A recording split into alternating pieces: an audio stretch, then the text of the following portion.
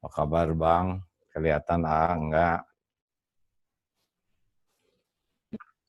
Sehat, Pak Haji. Alhamdulillah sehat. Waduh, senang nih, kelihatan segar sekali. Segar tapi masih parno. Kita parno karena musuhnya nggak ketahuan siapa. Itu dia kehebatan seseorang tuh kalau bisa melawan musuh yang nggak kelihatan. Kalau kelihatan nggak aneh. Jadi kita makan segala macam obat nih. Ya takut kena, apapun dimakanin. Terima kasih ini ya, ini katanya ada acara iNews ya. Tapi sebetulnya bincang-bincang ini suka bincang-bincang dengan siapa aja. Alhamdulillah kali ini bisa ngundang si Abang nih. Nggak apa-apa nih Bang, kita relax aja. Ini mah dari hati ke hati, tidak ada yang spesial. Ada Ya, ada yang terlarang nggak pertanyaannya? Tidak ada. Tidak ada ya. Tidak ada Pak Haji. Anak-anak sehat semua ya? Sehat. Alhamdulillah. Alhamdulillah. Boleh tanya dulu operator Pak Faruk dan kawan-kawan? Ada nih, siap nggak? Kalau sudah siap kita sekarang aja lebih efisien ya. Siap, silahkan dimulai saja. Mulai aja ya. Kita siap ya Bang ya? Ya siap Pak Haji. Oke, bismillahirrahmanirrahim. Bismillahirrahmanirrahim. Assalamualaikum warahmatullahi wabarakatuh. Waalaikumsalam. Alhamdulillahirabbil alamin. Allahumma shalli ala Muhammad wa ala alihi wa ashabihi ajmain. Sahabat-sahabatku di seluruh penjuru bumi yang ditakdirkan menyimak acara ini. Alhamdulillah bincang-bincang Ramadan kita kali ini kedatangan tamu yang tidak asing lagi, Bang Hotman. Apa kabar Abang? Sehat Pak Haji. Sehat ya, wah senang sekali lihat segar seperti ini di rumah. Ini posisi di mana sekarang? Lagi di rumah sudah hari ke-45. Hari ke-45, naik atau turun berat badan? Naik dikit, yang masalah selalu kejiwaan, parno terus, takut ketularan. Takut ketularan ya. Nah, gimana dong Lamborghini-nya dan sebagainya nggak keluar nih? Akhirnya alam yang berkuasa. Sekarang diganti dengan sepeda. Ganti dengan sepeda sekarang ya? Ya, di sekitar rumah naik sepeda, jalan kaki, semua kemewahan tidak ada artinya. Nah, ini kita langsung cerita nih. Kan orang-orang banyak yang rindu, pengen nyobain kaya, terkenal, segala ada. Sepertinya Abang udah ditakdirkan itu oleh Allah diuji sekarang. Apa sih rasanya jadi orang sang kaya, punya mobil mewah-mewah gitu Bang? Sebenarnya sih bukan kesombongan, sebenarnya sih hanya sifat manusia menunjukkan ke publik, ini saya berhasil loh. Jadi lebih menonjol, menunjukkan keberhasilan dan kepuasan diri. Nah sekarang sudah ada itu. Jadi apa yang paling terasa tuh? Naik mobil mewah gitu ada rasanya kayak apa gitu? Naik mobil mewah itu rasanya kita pede, kita merasa yakin diri, dan ada perasaan ini aku loh, saya sudah sukses. Itu perasaan, jujur aja, begitu perasaan. Nggak apa-apa, mending cerita hati. Iya, begitu perasaannya. Ya, penampilan ya. Nah, apalagi yang diinginkan sekarang kan kalau keinginan dunia mah katanya seperti minum air laut, makin diminum makin haus. Masih ada keinginan lagi enggak? Sekarang dengan adanya corona ini, saya makin menyadari bahwa suatu waktu kita harus mencari hidup kebahagiaan, bila perlu setengah pensiun atau pensiun total, dan menikmati hari tua. Karena apapun yang kita dapat itu ternyata semua berakhir juga. Gitu ya. Iya. Memang dunia ini panggung sandiwara, kata Ahmad Albar ya. Dunia kan cuma tempat mampir, dan katanya memang antara keinginan dan keperluan itu beda. Kalau ingin tuh unlimited, terus saja ingin terus, dan kita akan lumayan tuh rada letih. Yang paling enak itu adalah memang kita hidup sesuai dengan keperluan. Karena perlu itu ada batasnya. Seperti sepatu kan nggak mungkin kaki yang 2 ini perlunya 50 pasang. Yang membuat banyak sepatu itu kan sebetulnya karena ingin, betul? Betul nggak begitu, Bang? Iya betul, tapi ada pertanyaan saya satu. Sekarang ini selalu ada ingin kemauan agar benar-benar hidup sederhana, hidup tidak lagi mengejar materi, tapi kayaknya selalu tergoda terus. Bagaimana ada orang bilang kayak kami Kristen yang tadi suruh berdoa, ya kan? Tapi tetap nggak bisa, selalu tergoda terus. Bagaimana caranya agar akhirnya kita berhenti dan mulai murni di jalan yang benar gitu? Ya, saya pernah diuji juga oleh dunia seperti ini, Bang. Perusahaan cukup banyak. Ya, mungkin Abang tahu tahun 2007 tuh waktu itu puncaknya duniawi. Wah, rumah banyak, kekayaan melimpah ruah, perusahaan sangat banyak juga. Ya, lagi Abang mungkin suka lihat dulu acara zaman Agim jadi selebritis dulu. Iya benar. Ya. Nah, saya sih waktu itu merasa kata orang, wah sukses sekali, dapat penghargaan sana-sini, George W. Bush juga pengen ketemu dan sebagainya. Tapi saya waktu itu merasa keletihan batin yang luar biasa. Saya merasa, apa ini rasanya? Kekayaan, rumah, segala ada tuh, kok nggak pernah bisa membuat hati saya bahagia. Nah, waktu itulah alhamdulillah ada titik balik. Akhirnya saya sih beruntungnya datang guru tuh, ada guru yang mengajari lalu diujilah dengan dihina, dicaci, wah segala macam. Akhirnya menemukan, oh ternyata memang dunia tuh hanya boleh di tangan, jangan di hati. Kalau dunia di hati, oh jadilah hidup ini tidak pernah tenang. Tapi kalau seperti tukang parkir kan enak tuh Bang. Banyak mobil tidak sombong, ganti-ganti mobil tidak takabur, mobil diambil sampai habis juga nggak sakit hati. Sebabnya jadi, apa coba? Wujud konkretnya, kayak saya sendiri, wujud konkretnya kalau orang bule bilang, what should I do? Harus lakukan apa agar bisa mencapai tahap itu? Apakah harus gagal dulu? Nggak usah. Terus ada. Kan ada 2 jalan untuk bahagia tuh. Kalau dikasih kesenangan tidak bisa bahagia, maka biasanya dengan ujian baru dia sadar. Tapi kalau Abang mau, berarti ini semua cuman titipan, ini cuman casing, ini cuman topeng. Saya ingin, dengan cara syukur. Ada orang bisa dekat dengan kebahagiaan dengan Allah itu dengan sabar, itu kalau ujian dulu. Tapi kalau mau sekarang tanpa diuji dulu, lebih hebat syukurnya. Jadi kuncinya kita harus mensyukuri, begitu ya? Ya, syukur itu ada beberapa tekniknya. Satu, harus yakin bahwa semua yang ada itu bukan milik saya. Cuman titipan dari yang menciptakan kita, dari Allah lah, dari Tuhan kita. Ya, jadi itu hanya topeng, bukan diri kita yang asli. Seperti Lamborghini itu kan bukan Hotman Parisnya. Hotman Parisnya kan yang ini. Itu cuman besi, kaleng, merek, dan sebagainya. Kita kan nggak bisa nebeng merasa keren dengan barang seperti itu, pasti nilai kita kan lebih tinggi dari harga Lambo, benar? Nah, jadi itu ini adalah casing titipan. Yang kedua, selalu memuji keadaan apapun, mau dipuji, mau dicaci, ada, tiada. Yang ketiga, gunakan ini nikmat yang ada itu untuk kebaikan seperti keinginan penciptanya. Lebih banyak lagi sedekah dari yang sudah, mungkin sekarang sudah banyak sedekah, nanti lebih nendang lagi tuh. Wah, itu kebahagiaannya mulai terasa. Nah, begitulah diantaranya.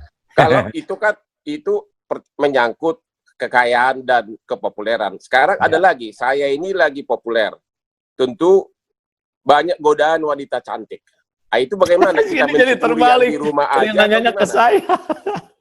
Baik, cara mensyukurinya gimana gitu loh? Kalau kita kan ada istri, terus banyak puluhan wanita cantik di luar. Kalau tadi kan menyangkut harta benda, kita syukuri dan kesuksesan. Tapi kalau menahan godaan seperti ini bagaimana? Kalau di Islam sih sudah ada solusinya, Bang. Ya, diperbolehkan 4 dengan syarat adil, ya. Nah, tapi kalau di agama lain, kurang paham. Kalau tidak dengan cara yang halal, kan kalau dengan menikah sah itu ya, maka terhormat wanita itu tidak seperti yang tidak dinikahi. Kalau tidak dinikahi kan nggak jelas statusnya, nggak dimuliakan, nggak dihargai, hak-haknya tidak dihargai. Kalau di dalam Islam, kalau toh sudah siap dan juga ada dalam keridoan, bisa begitu. Tapi itu di luar kemampuan saya tuh Bang, kalau Abang nggak tahu, saya nggak tahu aturan agama Abang begitu. Ya, tapi maksud saya, terlepas dari agama manapun, kita laki-laki ini kan bagaimana cara ngeremnya gitu loh. Terlepas dari agama dulu. Baik. Caranya adalah jaga pandangan Bang, nggak usah segala dilihat.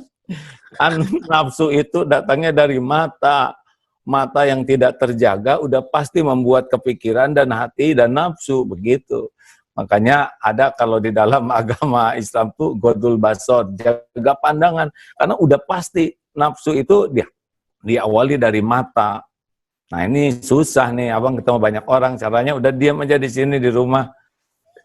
Tapi apa realita Pak bahwa seorang suami yang sudah sukses, apa masuk di akal dipastikan dia bisa bahagia dengan hanya satu istri atau dengan istrinya, sementara godaan begitu banyak? Apa itu realistis? Ini tuh jadi kebalik begini acaranya, jadi nanya ke saya yang bagian nanya. Tapi saya bisa Kan paham dari segi rohani ya. kan Bapak. Iya. Saya paham betul bahwa Allah menciptakan laki-laki dan perempuan itu berbeda ya. Tetapi ya disinilah ujiannya. Ya, halo? Ini harus. Halo? Oke, agak putus. Baik, nggak apa-apa nanti diedit yang putus-putus. Ya, halo, ya. Masih terdengar, Bang? Ya. Iya, dengar.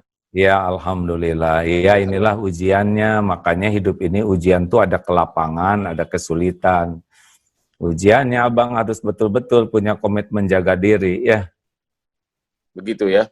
Iya Bang, nggak mudah. Makin kan ujian yang lebih berat itu adalah kelapangan, kesuksesan, pujian, penghargaan, banyak disukai oleh orang. Nah, tidak mudah orang selamat dengan ujian yang kemudahan. Kayak pesawat nih ya, kalau lancar, tidak ada goncangan, itu kan biasanya orang nonton video, tidur dengan musik, sebagian ada yang zikir.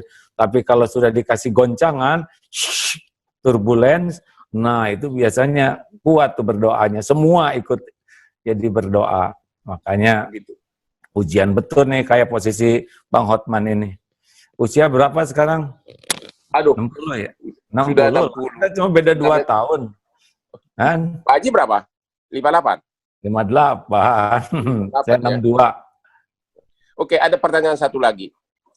Kan banyak pengusaha yang kelihatannya di luar itu nyumbang sana sini, ya. Tapi namanya pengusaha kan tidak mungkin sukses tanpa lipat gulipat gitu loh. Ya, artinya hasil kekayaannya itu justru adalah bermain kiri sana sini. Tapi dalam keadaan begini dia pamer sumbangan sana sini. Itu gimana pandangan Pak Haji? Ya, kalau saya kan pengusaha juga, Bang.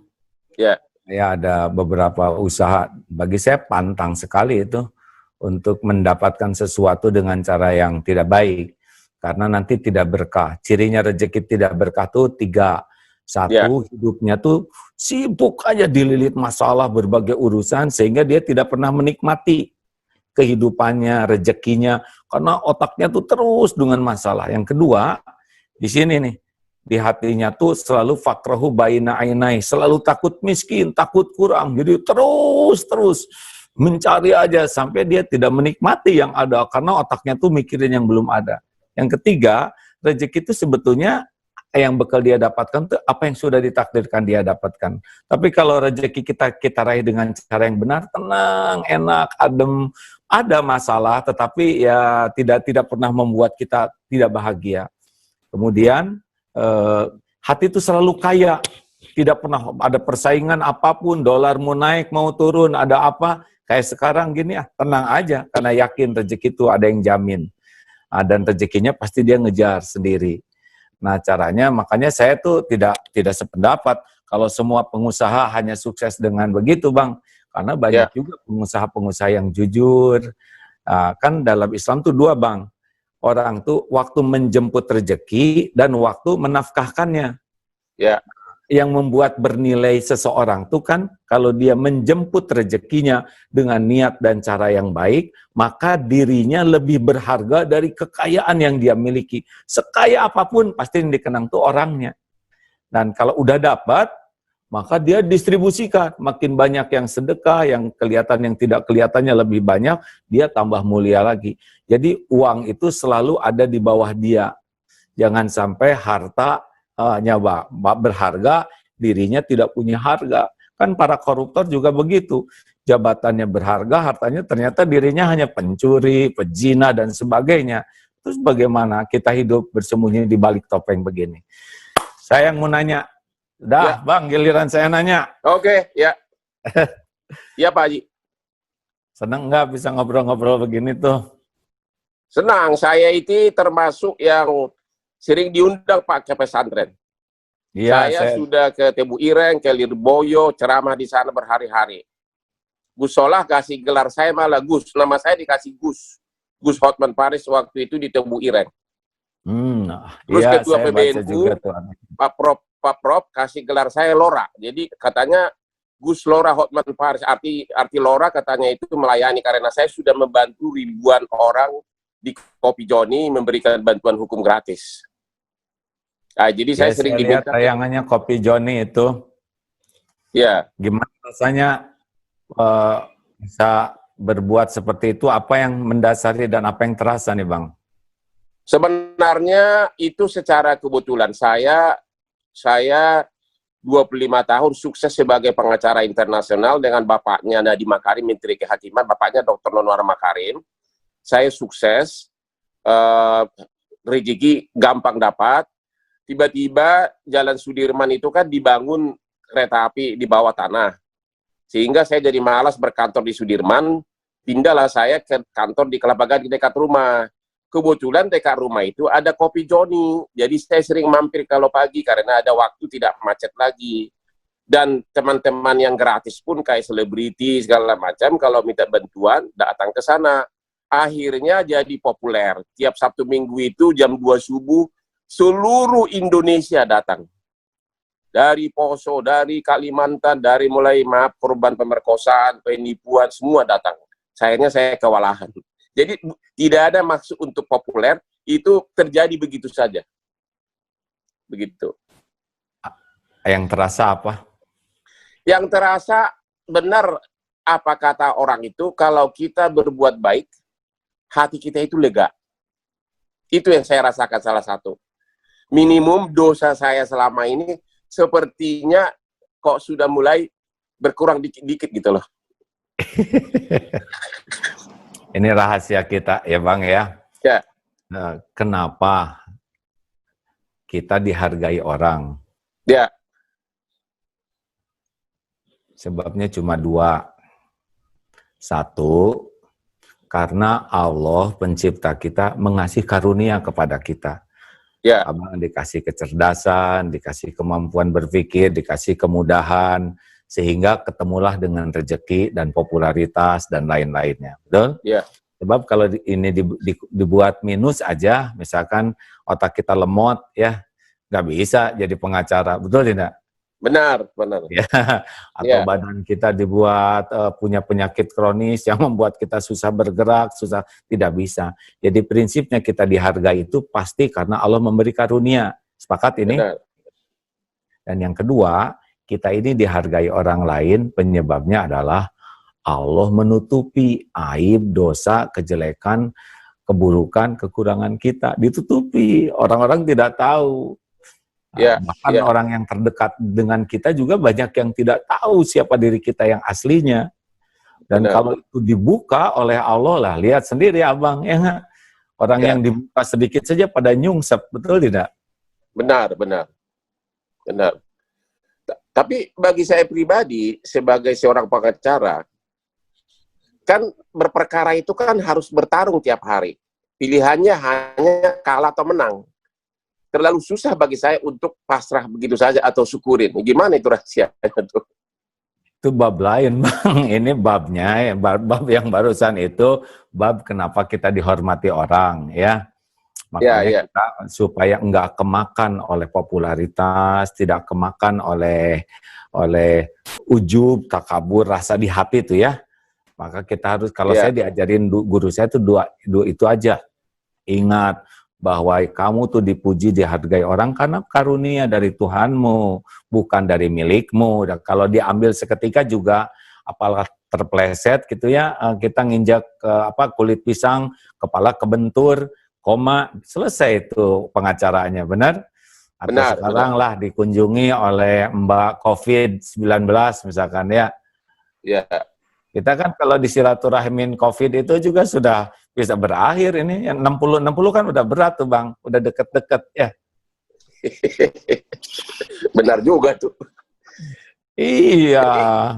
Hanya dengan COVID aja kita udah beres nih. Udah nggak bisa apa-apa. Yang kedua, kalau Allah mau ngejatuhin kita misalnya, karena kita lupa aja, tinggal dibuka aib. Berapa banyak tokoh-tokoh kita yang begitu dihormati, disegani, buka aja, jatuh, benar? Benar. Makanya satu, kalau kita begitu harus tetap sadar ini cuma titipan. Yang kedua harus banyak tobat, karena kalau dibuka, nggak bisa ada yang ngalangin. Itu senior-senior pengacara, hakim, apapun kan kalau oleh Allah dibuka, jatuh, benar? Benar. Nah, makanya itu. Nah, sekarang pertanyaan tadi apa, Bang? Gimana kalau berperkara harus perang terus? Ya, kalau di satu pihak kan kita harus mensyukuri, tapi bidang kerja saya itu hanya ada dua pilihan, menang atau kalah. Artinya harus bertempur, harus fight tiap hari. Bahkan subuh hari pun pikirannya bagaimana untuk menang dan menang. Itu yang susah bagi profesi pengacara.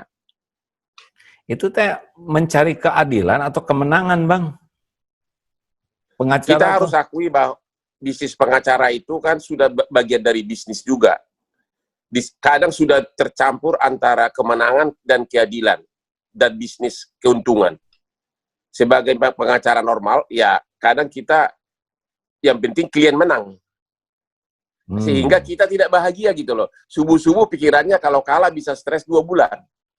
Kira-kira begitu. Udahlah, udah umur 60 tahun pensiun lah. Belajar agama yang benar. Udah kurang apa lagi. Saya renungkan terus. Ya. Silakan. Ya udah waktunya lah. Abang teh punya hati baik ya. Tapi godaannya banyak. Dunia udah dikasih, dan nggak ada apa-apanya. Mobil juga cuman gitu-gitu aja. Ya, udah nganggur gara-gara corona semuanya.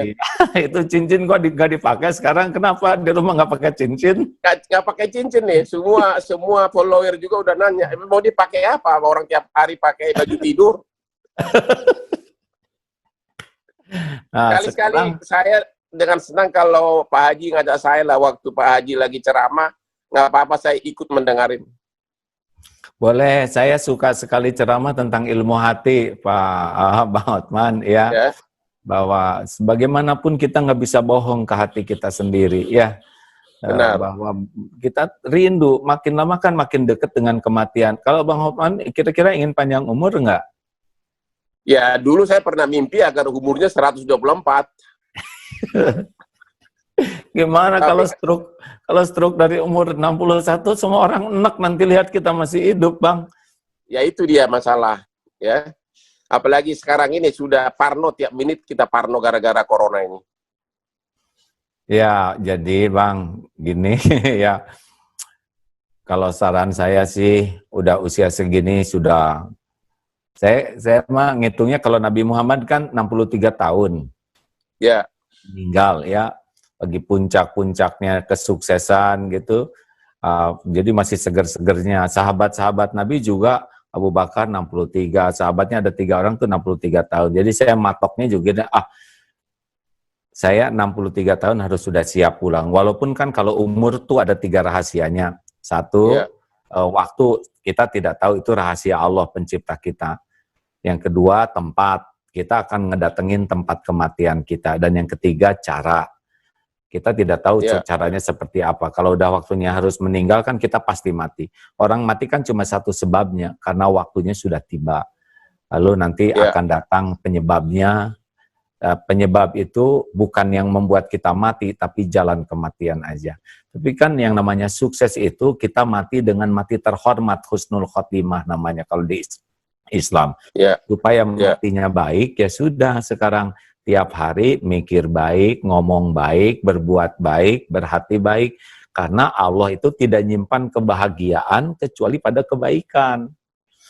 Nah kan udah lama hidupnya 60 tahun, harus punya waktu buat jujur. Itu saya bahagia tidak? Mau sampai kapan ini hidup kayak gini ya? Benar. Coba dipikirkan itu. Ya, saya sudah pikirkan justru selama musim corona ini saya lagi berpikir mulai mengurangi pekerjaan dan akan melakukan perjalanan di mana saya suka ke berbagai kota di Indonesia sebagai bagian dari menikmati hidup. Kira-kira itu. Saya tidak ambisi jadi politician, tidak ambisi jadi DPR, tidak ambisi jadi menteri, karena saya tahu kalau saya duduk di sana nggak cocok dengan kepribadian saya yang apa adanya. Yang kayak gini itu ya. Iya. Ada cita-cita yang belum tercapai nggak, Bang? Cita-cita yang belum tercapai, 3 anak saya semuanya lulus Fakultas Hukum dari Inggris, dan saya masih harus membimbing mereka agar menjadi pengacara handal, karena tanpa jam terbang yang tinggi seorang pengacara nggak mungkin jadi. Jadi cita-cita saya yang belum terwujud adalah dalam 3 tahun ini akan terus saya bimbing mereka agar benar-benar menguasai praktek. Itu aja, nggak ada lagi yang saya harapkan. Karena saya menang perkara banyak, duitnya dapat pun kita nggak lihat duitnya Pak, langsung masuk rekening, ya. Tetap aja akhirnya makan tiap hari sama juga mie ayam, nasi sama bubur, nggak ada bedanya sama super taxi. Nah, Bang, ya dalam pelajaran Islam itu yang namanya rezeki itu 3. Ya. 1 yang dimakan jadi kotoran itu udah dari rezeki kita, udah masuk kan? Udah diproses. Yang kedua, yang dipakai dan sampai usang itu rezeki kita nih, seperti itu kaos. Itu pasti mahal banget ya, itu berapa ratus juta tuh kaos ini. Ini nggak mahal, cuma yang mahal itu merek Lamborghini-nya. Ini kaos Lamborghini kebetulan. Kaosnya itu 180.000 ya, itu mereknya yang mahal ya. Benar. Nah itu udah rezeki udah. Yang ketiga rezeki itu adalah yang dipakai manfaat, yang dinafkahkan, pakai nolong orang, itu rezeki kita. Lah sekarang yang ada di bank mah belum. Rezeki kita, yang ada di bank tuh kan cuman ngaku-ngaku, lihat enggak, megang enggak, make enggak, betul nggak sih Bang? Benar, itu yang saya pikirkan. Saya berperang bisa tahunan, berperang di pengadilan, berdebat, dapat duitnya saya nggak pernah lihat masuk rekening langsung. Mungkin kalau kita tiba-tiba dia mati, duitnya pun nggak sempat pamit sama kita. Nah sekarang saya mau nanya, itu kalau Bang Hotman misalkan meninggal lah, besok lusa, apa yang kira-kira dibawa tuh ke kubur? Ke alam selanjutnya ini? Hanya sepasang jas dan sepatu. Biasanya begitu. Cuman itu kan? Benar. Terus jadi kita siang malam menggadaikan waktu kita, bukan tidak boleh jadi pengacara, enggak. Tapi kalau hanya sekedar untuk dunia, nah sekarang kita makin tua kan suka makan obat-obatan enggak, vitamin dan sebagainya, kan? Udah mulai banyak. Bukan suka lagi, bisa tiap jam saking ada, ya serba makan obat untuk mencegah. Belum ada sih penyakit khusus, tapi semuanya sudah ada resep dari dokter untuk asam urat ini, untuk gula darah ini, sudah ada semua. Tiap malam makan. Nah itulah rezekinya. Rezekinya itu obat-obatan. Kita ini udah tua, kita kan cuma beda 2 tahun ya.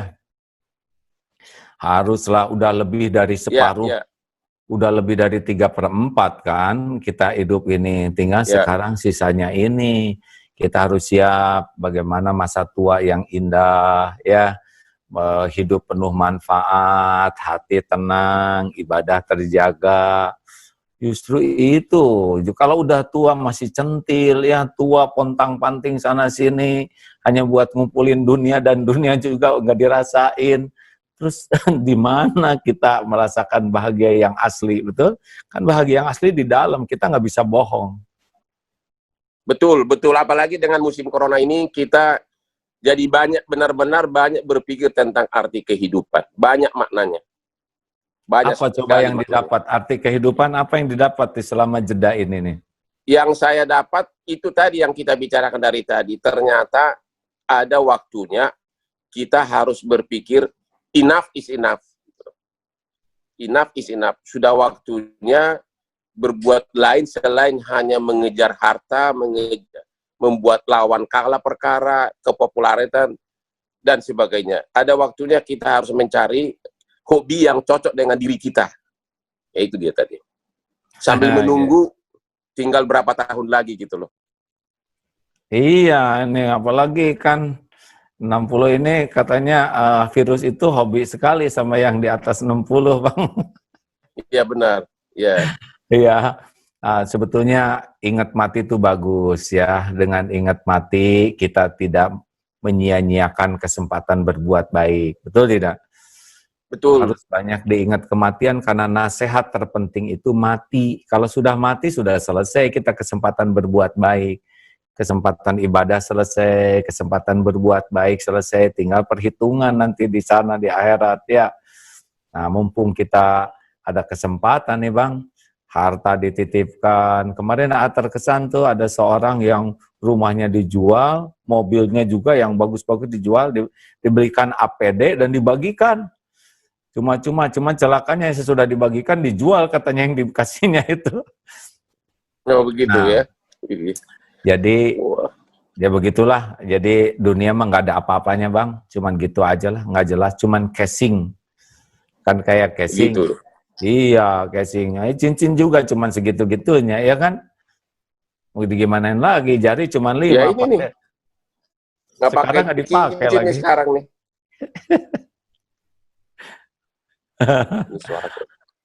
Nah bagus. Begitu ya. Terus bagaimana cara mengurangi rasa iri, nyinyir sama orang? Itu salah satu yang paling susah, baik diri kita maupun musuh kita. Iri, nggak apa-apa Bang, tenang ya. Iri itu sudah pasti adalah di hati lintasan iri itu. Yang jangan itu iri memakan hidup kita. Iri sederhana memakan saja kita, bahwa ya. Iya kan orang yang paling dengki itu, orang yang iri itu dia yang zolim tapi dia yang sengsara. Kita iri sama orang ya, dia naik pangkat, dia dapat, kita yang ngejengkang ya kan, dia bahagia kita makin stres, dia naik prestasinya kita naik tensinya. Ini kan aneh ya. Dan kedengkian kita itu tidak bisa mengubah takdir orang. Ini rumusnya Bang. Jadi tiap orang itu punya takdir masing-masing. Jangankan dalam satu profesi, sekeluarga aja, seibu sebapak, tiap orang itu kan beda-beda, betul? Betul. Posturnya, bakatnya, kemampuannya, rezekinya. Nah, kenapa kita harus capek dengki ke orang lain? Itu tidak mengubah. Takdir dia akan tetap jalan sesuai dengan rencana yang Allah berikan. Yang menderita kita aja. Jadi nggak boleh dengki itu ngerusak diri sendiri. Kalau kita didengki orang bagaimana? Ya nggak apa-apa, terserah dia. Mau stres silakan aja. Saya mah nggak pernah pusing dengan orang yang dengki dan sebel ke saya, karena bukan urusan saya, itu urusan dia. Urusan saya kan jadi orang benar atau tidak, gitu Bang. Ini sebuah filsafat hidup ini Pak Haji dapat dari mana sih? Dari sekolah atau apa? Dari pesantren atau apa nih? Iya, kan saya belajar agama. Dalam Islam kan semuanya detail, lengkap. Sampai gunting kuku aja sudah ada pelajarannya. Bagaimana menyikapi orang, misalkan ada orang menghina, itu kan ada 6 keuntungan, 7 keuntungan. 1, kalau ada orang marah ke kita, 1, kita bersyukur, bukan kita yang jadi dia, yang jadi orang berbuat jelek. Jadi saya kalau ketipu, saya syukur Bang, bukan saya yang jadi penipunya. Yang kedua, saya dapat pelajaran, oh begitu ternyata, orang yang sombong, arogan tuh jelek banget, itu pelajaran bagi saya tidak mau hidup seperti dia. Nah, jadi kalau ketemu dengan orang yang sombong ke kita kita dapat pelajaran tuh. Oh, saya tidak boleh kayak gitu tuh. 3, dengan melihat seperti itu, kita evaluasi diri. Jangan-jangan saya ketemu dengan orang sombong, ini cermin dari kelakuan saya. Jangan-jangan saya pernah nyakitin orang seperti saya disakitin orang. Jadi tobat ya. Selanjutnya, ini ladang latihan. Karena bersepeda aja kan jago tuh kalau latihan. Nah, kalau kita ingin punya kesabaran, harus ada yang nyakitin dong. Supaya latihan mengatasi perilaku. Dan puncaknya, ini kesempatan bagi saya, kalau ada yang berbuat jelek, saya balas dengan kebaikan. Nah, dia ngeluarin keburukan, saya ngeluarin kebaikan. Jadi kita terupgrade justru gara-gara orang yang berbuat kurang baik. Jadi naik aja terus kita ini. Hatinya lebih tenang, akhlak lebih baik. Gitu, Bang. Tapi apakah salah kalau saya misalnya sudah sukses, saya dapat duit, apakah salah apabila saya berpenampilan mewah? Oh ya, nggak apa-apa itu kalau abang mau mah, dunia emang kayak gitu. Yang jangan itu, jangan diperbudak oleh dunia ini. Oh, Jadi begitu. kita kepikiran terus, jadi jangan melekat dunia ini di hati, dunia mah di tangan aja.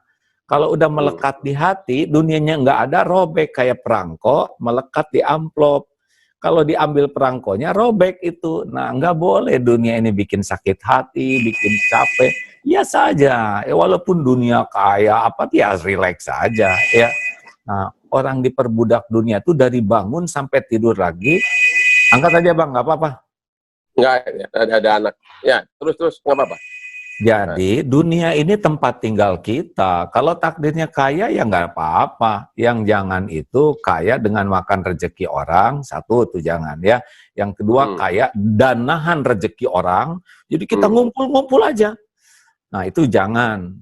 Dan jangan diperbudak kekayaan sehingga kita hidupnya tuh nggak menikmati apa-apa. Terus aja mikir yang belum ada kerjaan, sampai di tempat tidur nggak tidur, lagi makan nggak nyaman, mobil bagus nggak ternikmati karena di dalamnya juga kita tidak menikmati. Aslinya ya dunia ini Bang hanya untuk memuaskan lahiriah saja. Kayak kursi empuk udah sudah gitu, mobil bagus ngegas, cuman itu aja. Hati nggak cocok dengan dunia ini. Hati itu cocok kalau kita senang dengan kebenaran, dekat dengan pencipta kita. Jadi abang tanya siapa teman-teman, jujur apakah benar di lubuk hatinya tenang gitu? Nggak bisa. Dan itu tapi kan di alam persaingan seperti di ibu kota ini, kalau kita terlalu jujur biasanya kalah.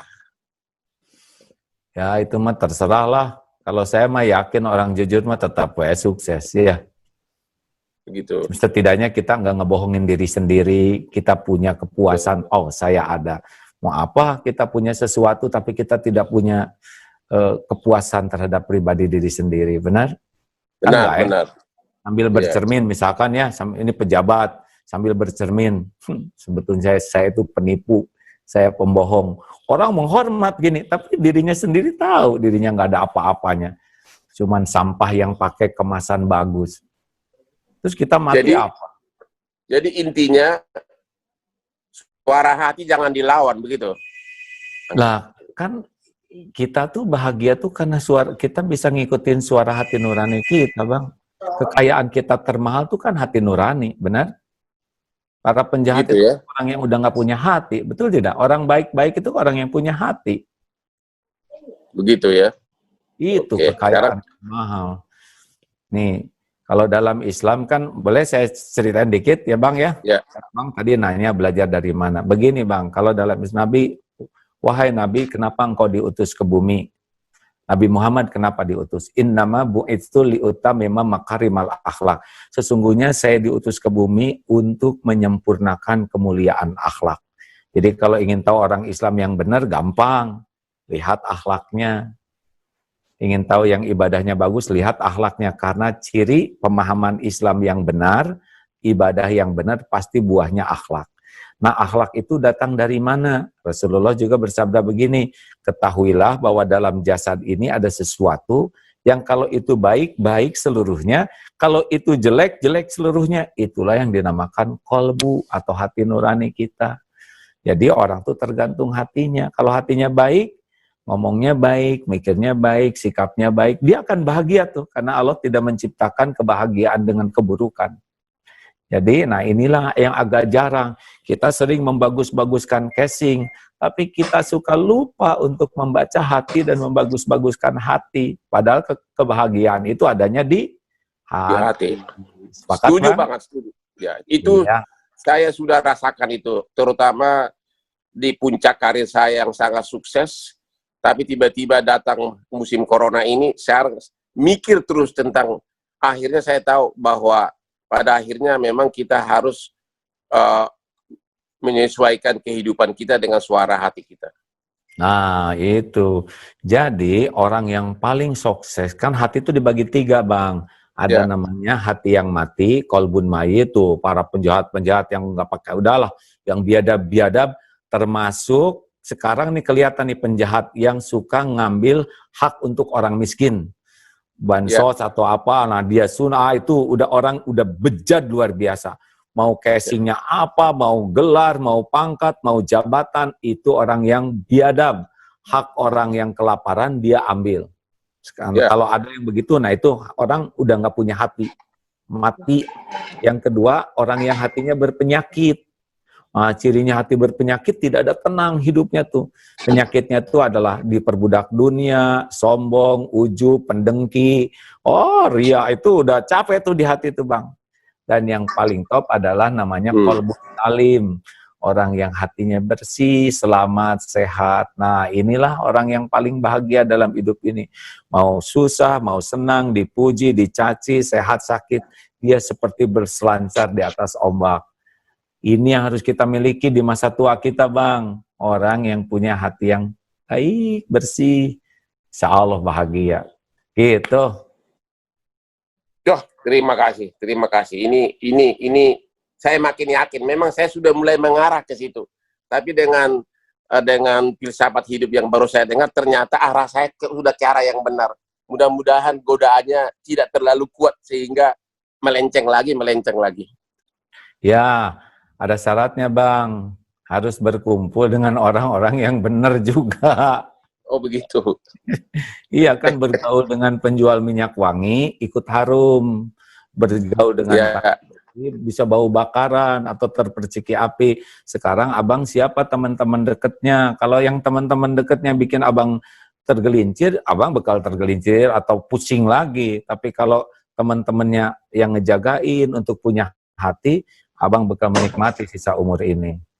Udahlah, dunia mah nggak ada apa-apanya, Bang. Demi Allah nggak ada apa-apanya. Cuman gitu-gitu aja. Terima kasih. Bang, terima kasih. Terima kasih Pak Haji sudah dapat semua ilmunya dan 99% saya setuju. Alhamdulillah. Nanti kita telepon-teleponan lah kalau saya diperlukan ya. Tukar-tukar pengalaman. Terima kasih Pak Haji. Dan kita kan cuma beda 2 tahun dan kalau sama-sama wilayah bahaya COVID ini ya. Bang, terima kasih atas silaturahimnya. Salam untuk keluarga dan juga anak-anak ya. Maaf, terima kasih. Kalau ada perkataan yang kurang berkenan dan suatu saat kita jumpa lagi ya. Terima kasih, salam. Terima kasih, Bang. Terima kasih, Pak Haji. Terima kasih, bye.